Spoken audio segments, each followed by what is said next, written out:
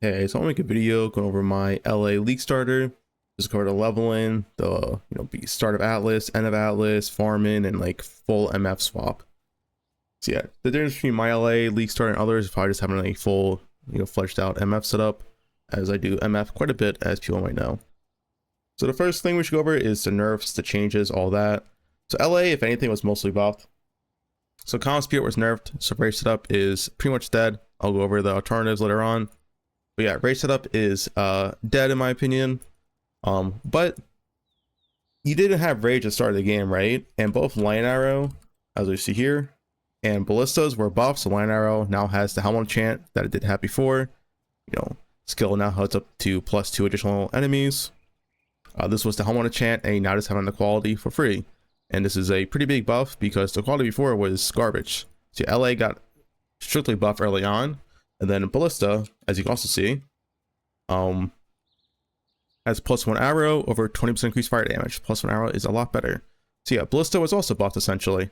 So Ballista and Lion Arrow both buffed. So up until you got your rage set up, this build is a strict buff. Now when you get your rage set up, compared to before, it is a nerf. But I do think the Wildwood Ascendancies should overall bring up the build. So yeah, I still think the build is just as strong as it is last league.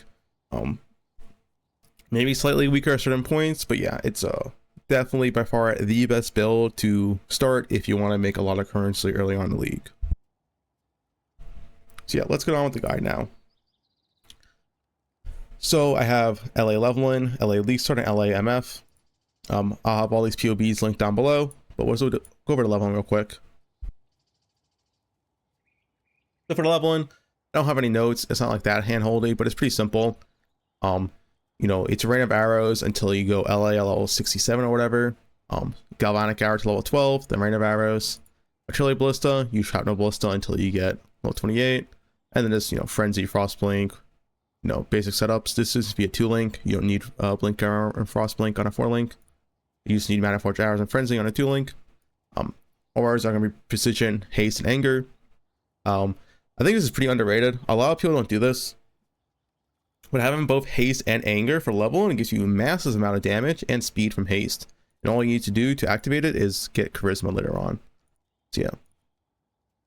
And then of course, Sniper's Mark set up. If you don't have a 3-link, just self-cast Sniper's Mark on bosses, but it's very well worth doing. Sniper's Mark is a lot of damage. So yeah. This is also the links you want. So it's a 4-link, and these are the ideal 4 links. But if you can't get these 4 links, then switch out volatility, all the different attack skills. It's just whatever you have, right? Because you're level 1, you can't really choose what you get. Same with Ballista, this is your ideal 4-link, but if you don't have all these gem sockets with the exact colors, you have Immolate, volatility, all the different attack skills, all these are good.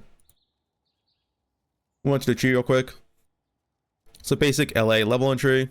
I have all these different levels just followed as you go. So you want to rush precise technique, and you want all these move speed nodes, so quick step, aspect of links, makes you feel really, really good. Your onslaught. Then level 55, you see we do a little bit of a respec right here. So level 50, just save some points. Fill out your life nodes. And then also for the Ascendancy, you get Gathering Winds into Far Shot, into Endless Munitions. That's how you want to progress. Gathering Winds is really, really strong early on. Grab accuracy nodes as you need them, because we are using precise technique, so just make sure your accuracy is always above your life. If you don't know if it's above your life, you can go into game, press C, and you can check your accuracy. For 4400, check your life. If it's higher than your life, it's good. If it's lower than your life, make sure you get more accuracy nodes. Very, very important, because this is 40% more damage. So yeah, make sure your accuracy is always above your life. And then level 67, this is when you can swap to LA. Essentially, as soon as I get Endless Munitions, this is when I like swapping to LA. You can also play LA at level 12. You just gotta use LMP on LA. It's personal preference. Personally, I found Rain of Arrows to be better for me for leveling, but there's not that much of a difference either way. But yeah. So yeah, I swap to LA essentially when I reach maps. And then this is your full non-crit tree, level 78. When you get to this point, this is when you want to start swapping to crit. And how do you swap to crit? So to swap to crit, you need which I'll go over in the next POB, but you will need a certain uniques and passive skill trees. So you're going to want to fill out Heartseeker, you're going to want to fill out King of the Hill, and you're going to want to fill out Lethality. Once you have all these 3 filled out with the correct uniques, you can easily swap to crit and make sure your bow has crit. And obviously you want to respec out of like Precise Technique, you can respec out of your Graceful Assault, because you should have Onslaught class by now as well. So yeah, usually around like low 80, 83, that's when you swap to crit. Essentially high yellow maps / start or red maps. Yep. I'll have this full POB link down below, of course, but yeah, let's go into the main source of this video. You know, the main reason I'm doing it is the LA League Start. LA League Start, just like with the last POB, I have multiple item sets, I have multiple skill sets, and I have multiple skill trees, so make sure you connect these. So if we start a starter, make sure these are all the starter ones. Very important. Yeah, starter, LA. Essentially, this is your crit swap. So you play non-crit up until like 80s, then you go to your crit swap, which I showed. You just need Heartseeker, King of the Hill, and Lethality, and then you can easily swap to crit. So the uniques I was talking about was Rat's Nest and Hyrie's Truth. Both of these uniques allow you to easily swap to crit. Hyrie's Truth completely fixes your accuracy and gives you a ton of crit, because level 30 position is a lot of crit. As you can see here, level 30 position is roughly like 9-10% crit. Quite a bit. And then of course Rat's Nest, you get 75% global crit chance. This helmet's also really cheap early on, and it's something I love to actually use early on. I think it's pretty undervalued. More people should probably use Rat's Nest early on. You know, the rarity is also nice, because uniques and rares are worth a lot day one, and just having that bonus rarity actually goes a long way. Plus movement speed. So yeah, Rat's Nest, Hyrie's Truth, that's when you can swap to crit, and make sure your bow does have crit. So speak on your bow, you want as high LED DP as you can, and then crafted crit. If you can do Ashland, it's 2 divines though. But you prioritize crit over attack speed, and make sure you do it on a spine bow base or ivory bow base. To the same base, the only difference is ivory bow has less base fizz damage. Spine bow has more base fizz damage, so it's technically better. But yeah. So you just want the highest LED damage you can, and then crafted crit. If you do get like a 1900 LED DPS bow, that's when you can do the prefix cannot be changed. Veiled Chaos Orb, and then you do block, frenzy damage, or damage with power charge, or damage with endurance charge, and then you unveil crit or attack speed, and then you craft crit or attack speed.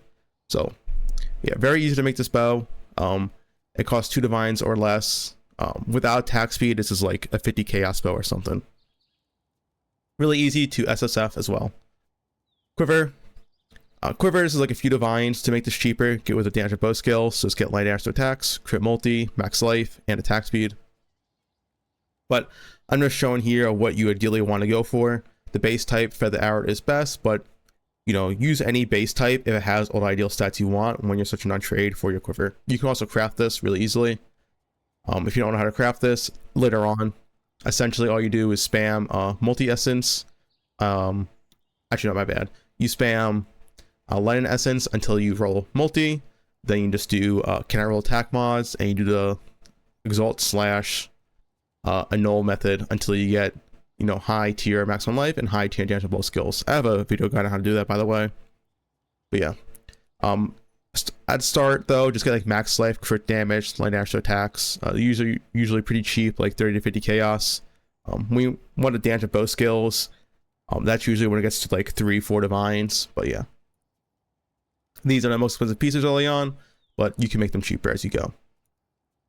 One thing to note on this bow, I don't have like fire damage on here, but you do want fire damage. I'm just showing like the low end LED DPS bow, and then later on the end game bow, you do want all 3. So it's like 1300 LED DPS, crit and attack speed. Don't worry about plus arrows. Light arrow does not need plus arrows. So yeah. Of course, helmets, Rat's Nest, body armor. This is the starter basic map here. So yeah, body armor is complete trash. It's a spell suppression, double res. Gloves, just double res, max life, attack speed. You can have crafted attack speed or crafted max life here, either or. Boots is just double res, max life, movement speed, and crafted res. Once again, you can have crafted life here instead of the crafted res. Just get whatever you can get. You can also have crafted movement speed. Just be flexible when doing your trades. Don't, you know, buy exactly what I have. Amulet, Holly's Truth. Holly's Truth is really insane. It's better than Yoke if you don't need res. If you do need res, then Yoke of Suffering is better. But if you don't need res, then yeah, Holly's Truth is just way more damage. I always prefer it. Rings, just basic res and life. You need one ring with non-challenge skills that have negative 7 mana cost. It's good to have it on both, but yeah, at the start you need one with them. Belt, it's pretty trash belt. It's just crafted res, max life, and then damage with attack skills. This is like a 1C belt. You can get a way better belt, get a Stygian Vise and stuff. I'm just showing the basics. Eventually you do want a Biscos though. So yeah, the jewels, I have Inertia here. Inertia is really trash, but I just have it here for people that aren't used to league starting and stuff. It's an easy fix to your strength, as you can see. It completely fixes your strength. Ideally, you want to at least a priority as soon as you can get one. But yeah, if you don't want to worry about like getting strength on gear and stuff, just use Inertia early on. You're going to replace it pretty fast anyway. It's not a big deal. And then there's one basic rare jewel because it's a 1 point travel anyway because you're going to get the infused. But yeah. Flask, silver, jade, quicksilver, diamond, and divine life flask. Diamond flask, this is the biggest one here, of course, along with quicksilver. But diamond flask, when you swap in a crit, helps a lot. Gives you a ton of crit. And you don't want the alchemist prefix, so reduce duration / increase effect until you have this flask wheel here. When you have this flask wheel with the flask mastery, this is when using alchemist on your flask becomes really easy and easily stannable. As for bandits, we are going to help Alira. Major guard's going to be Briny King. Minor guard's going to be Solvabrath. This essentially makes you Ignite immune, and this makes you stun and freeze immune. And helping Alira is just really nice early on because that resist just makes gearing all that easier when you maps. And you also see we are over capped res here. Over capped res just to show that you don't need max res on this gear. So these rings, for example, you can have way less resist on this. Like this fire resist can be 30% less. So you know those rings might look pretty good. Just remember you can have way less resistance on them than what I have. And I guess inputs real quick for the gloves, chest, and boots. Chest don't really worry about. It's not really worth going for these, but if you do have it, you know, use it. The reason why you will replace the chest pretty fast for higher use. But the gloves and boots. So the boots real quick, the only good implicit here is action speed. There actually is no good second implicit. There is, of course, avoid elementals. So I go to the boots real quick. So yeah, so second implicit, the only good thing here is % chance to avoid elemental elements. But we're already going to get a semi-element avoidance with our Pantheon, and we're not really going for the expensive jewel early on, plus all the other element avoids. So yeah, the only good implicit is the action speed. Gloves. Rage implicit is the best. And I feel like rage is pretty undervalued. A lot of people don't use this for some reason, but even with low amount of rage, and to get like 20 rage in a map takes like 25-30 seconds, right? It's not a big deal. And maps usually last like 3 to 4 minutes when you're doing like Legion. But yeah, 20 rage by itself is 20% attack damage, 10% attack speed, and 4% move speed. So at 20 rage, which once again takes like 25 seconds into the map, is better than any other glove implicit in the game. So I feel like this rage implicit is pretty undervalued. You don't use Berserk with this, it's not worth it. But yeah, just the rage itself and get a 20 rage, and you get to 50 rage in the map. It happens every single time because I've used these every league. But yeah, a very good glove implicit. Highly recommend. I feel like they're undervalued. I don't know why people don't use it more. It's by far the best one. And then second implicit can be whatever. It can be increased effective marks. It can be light and exposure. It can be cold exposure. Get whatever. I just have increased effective marks here because it's pretty generic, works with everything. And that's it for the starter setup. As for the starter gebs, it's just basic 6-link land arrow and ballista. If you don't know what the 6-link land arrow ballista, it entirely depends on your Atlas progression. If you're buying boss kills, then prioritize 6-link land arrow. If you're going to do the boss kills yourself, then prioritize 6-link ballista. As for the setups, you want land arrow, trinity, increased crit damage, Marge Archer, return barrage, and inspiration. Marge Archer is like the best 6-link here. I see people ignore this. I think it's a mistake. Marge Archer is extremely strong. Never ignore this gem. Always have it. It's way more than 30% DPS. The reason why Marge Archer is more than 30% DPS because it always attacks, right? Your attack and movement. Your Mirage Archer is always attacking. If anything, this gem's probably more like 50 to 60% DPS. So yeah, never ignore this gem. Outside of that, standard ballista setup. If you need to go 5 link, you can just take off increased crit damage, LA focus. 5 link on lion arrow, I would just take off crit damage. And then sniper's mark, basic setup, frost blink. You can use frost blink or flame dash. Grace haste. You can also use anger early on, by the way, which you can add in here. So until like level 95, 94, you can feel free to use anger over grace. The reason why is, you know, if you're dying at like level 80, 88, 85, whatever, it doesn't really matter that much, right? It's better to have the more damage for faster Atlas progression over the defense. So dying is part of softcore. So yeah, I do recommend haste anger, but if you don't want to be tanky, go grace haste. You can use, you know, 2 out of 3 here. Immortal Call, cast damage taken. Then basic frenzy, manifold arrow, power charge on crit, and blood rage setup. Blood rage I personally only use on bosses for maximum damage. I don't really use while mapping all that much, just because the degen can be annoying. And then of course position from your amulet. And if you are gonna use Yoke of Suffering, which is an option, you can use position instead of spell rage here. So yeah, that's where you would put it. So now we'll move on to the next setup. This is the mid setup. Setup you hopefully have, like, for me, it's going to be like day 1. For you, it's, you know, it's how much you play. But this is going to be a pretty fast setup, I hope to get. Now you see we're switching to Ivy's Ire, the, you know, OP chest everyone uses, and Bisco's Leech.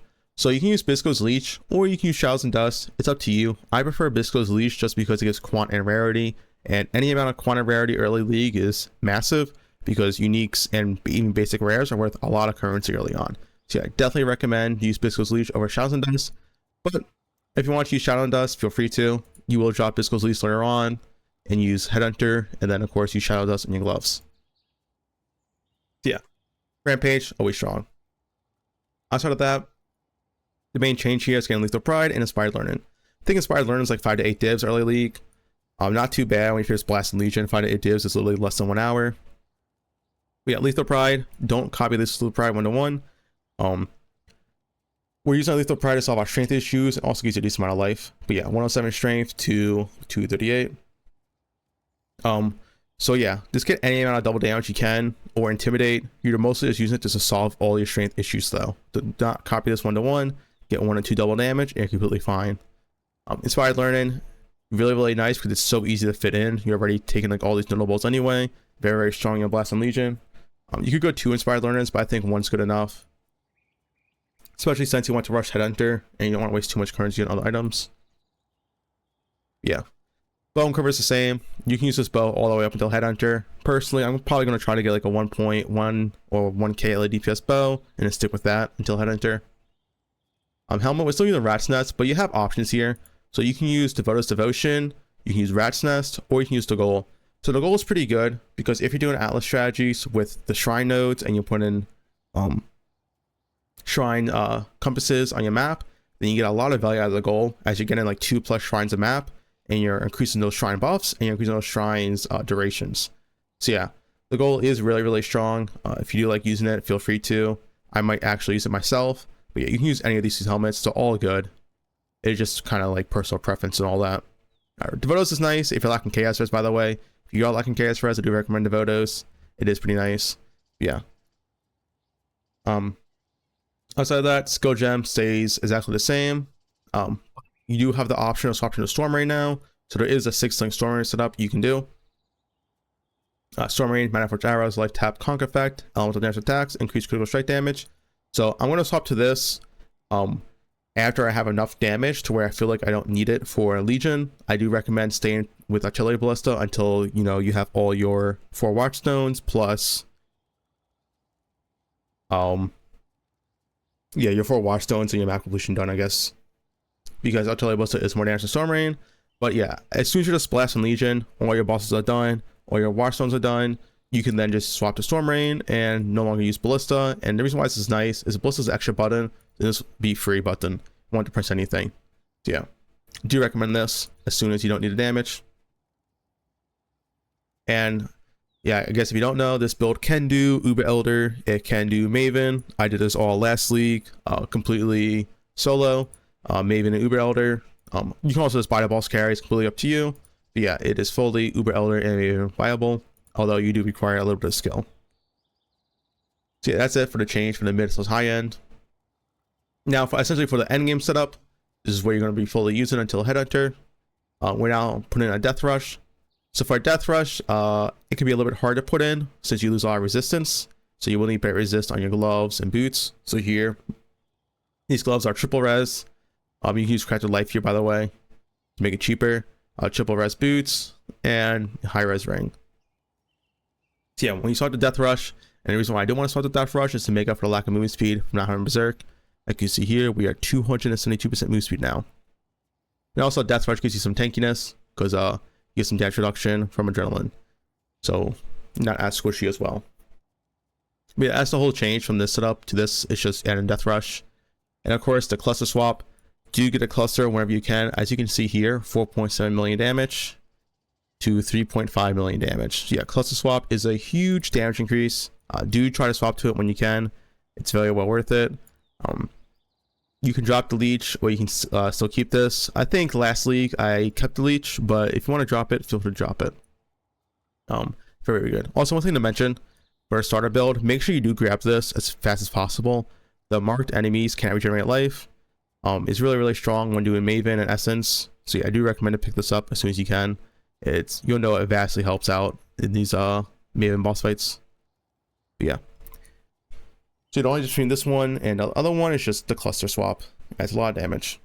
You can make these yourself or buy them. They're usually like 2 to 4 divines, but obviously you don't need them. I was farming Legion without the cluster setup, but yeah, as soon as you can afford it, buy it for sure. Very, very nice. Outside of that, yeah, the build is the same. I do also have a TS swap here, but just keep in mind, I don't really recommend a TS swap. I just, it's here as an option if you want to do it. And also, once again, when you go TS swap, you can drop ballistas and go into a burn arrow, light arrow, mana force setup just for some extra damage. As when you're TS, you don't really need a single target from ballistas anymore. Yeah, I do have it here for those who want to do it. You need a +1 arrow on your bow of quiver though, so you need 7 arrows total. When you have 7 arrows total, then you can start to TS. I do not recommend starting to TS before that.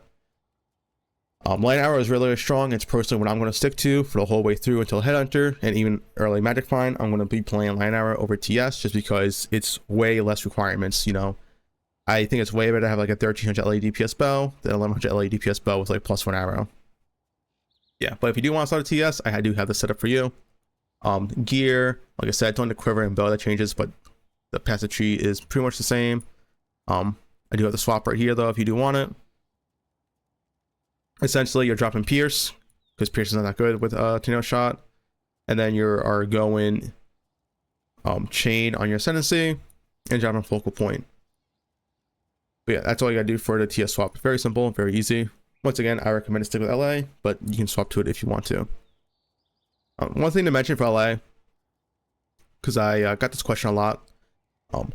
What's better, Pierce, chain, fork? So for LA, what I found out, Pierce is just the best until you have really GG gear. Even when I had Headhunter, Pierce was just by far the best. Problem is when you go chain or fork, you're losing like 30% damage because you gotta use like a chain or fork gem, and you gotta swap your ascendancy, so you lose a focal point as well. So yeah, I think with LA, Pierce is just the best until you have really GG gear. I mean like really GG gear, possibly like mirror bow tier. So yeah, I do recommend to stick with Pierce on LA. As for TS, you really do want chain, but Pierce is actually okay. I did test Pierce last league as well.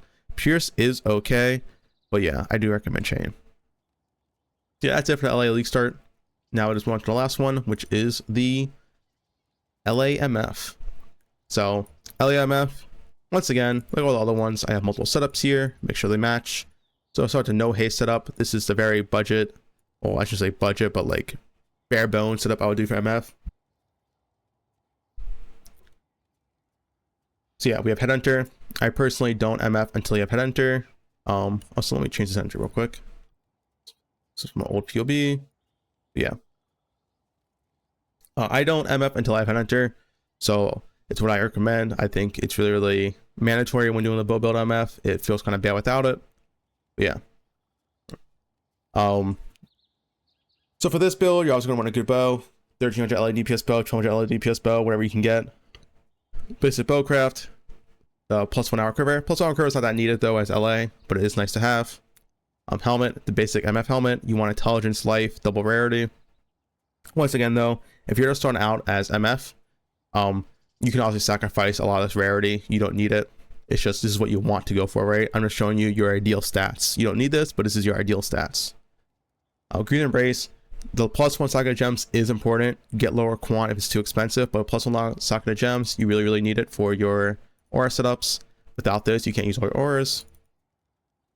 Shadows and Dust, this is what we're replacing comms with. It's just Rampage. Rampage will make up some of that moves we were losing from Rage. Also, one thing to mention, I have seen a lot of people talk about the Rage setup with Willet's Mark.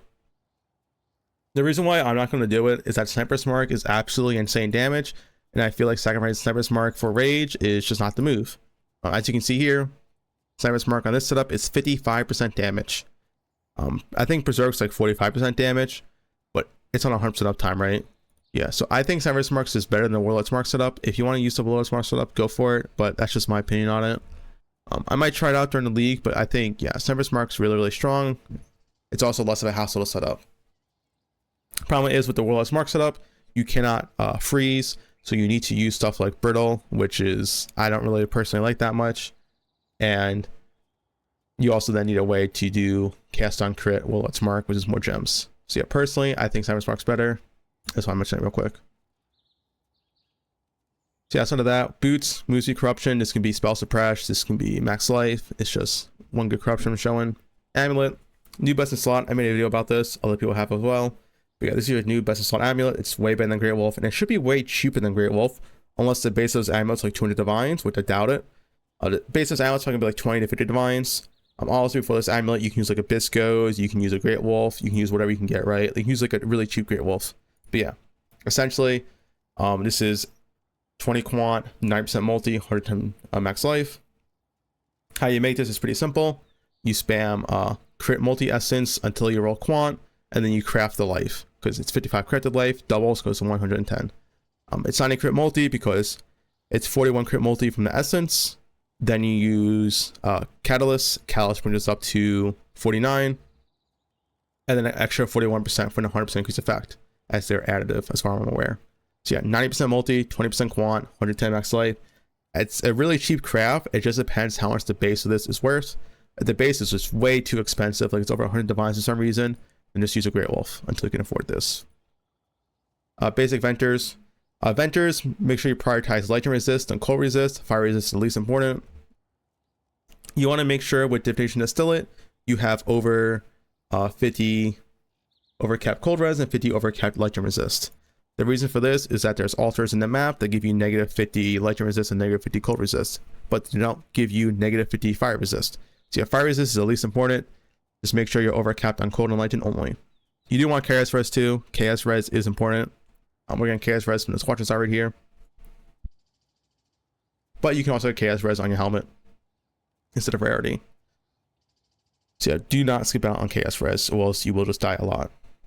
Flask, quartz, quicksilver, gold flask, amethyst. So amethyst is how we're getting KS res here. Now for the more expensive setup. You see this tree is pretty much the same as the regular LA setup. But yeah, the more expensive setup is when you get a Thread of Hope. Thread of Hope, Massive Thread of Hope. Usually they're pretty expensive early on, 30 to 40 divines. But if you're magic finding, you're gonna make this in a few hours. You make so much currency from, you know, day 2, day 3 MF setups, even like day 5, day 6, whenever you can get to it. But yeah, Thread of Hope's massive. Everyone knows this. It's absolutely insane for any Deadeye build. And then we'll swap to eventually the MF haste setup. Haste setup, I think, is how we make up for the lack of move speed from comms. So for this, you will need mana reservation on your helmet, so a little bit more expensive on your helmet. And then you also need some mana reservation on your tree, so yeah, you need a Massive Thread of Hope to get this mana reservation here. So yeah, now you can see we're 224% move speed. We're still res capped, or Allen immune from Purity of Elements. And we are also using a Storm Rain setup, once again. Because we have the extra gem slots, we're no longer using Vitality, we're no longer using Berserk, no longer using Enhance. We have enough gem slots to use the Storm Rain setup, which as Light Hour should help our single target a little bit. So yeah, I do recommend to use this. It would help. You don't have to, but I think it is worthwhile using. You can also use power charge on crit instead of consecrated effect. Your choice. So yeah, that's it for the setup. Obviously, when you swap, the main differences here, I should say, is the Progenesis, the Forbidden Flesh and Flame, and the Thread of Hope. These are the three big differences. Forbidden Flesh and Flame, we're going for Poison Fusion again. If you watched my videos from last league, you know I'm a big fan of Poison Fusion. Gets you spell suppress cap, and it gets you phase in. So it solves a lot of the issues, solves a lot of your defense. It makes you pretty tanky because of that. It feels really, really nice. So yeah, before then, if you don't have those Forbidden Flesh and Flame, you want to use a Quartz Flask. We had a Progenesis plus the Forbidden Flesh and Flame, you're going to feel really, really tanky. But yeah, this is your, I guess, full progression. If you have any questions, leave a comment below. From LA leveling, League Start, Legion Blasting, all the way to full endgame LAMF. I don't have a TS build, like I kind of do in here. TS swap if you want to go for it, feel free to. But I want to have a more in-depth TS swap and TS setup when I have the Wildwood Ascendancies and figure out where I'm going. But yeah, I do have it here if you want to go for it. I do recommend the Forbidden Jewels as well. But I do recommend sticking to LA until I have my new TS setup. But yeah, that's it. It's a full LA guide from start to finish. If you have any questions, leave a comment below and I'll answer. If I missed anything in this video, I'll have a pinned comment or whatever. But yeah, also the POB is always updated if there's anything wrong with it, so feel free to check the POB. But yeah, that's it.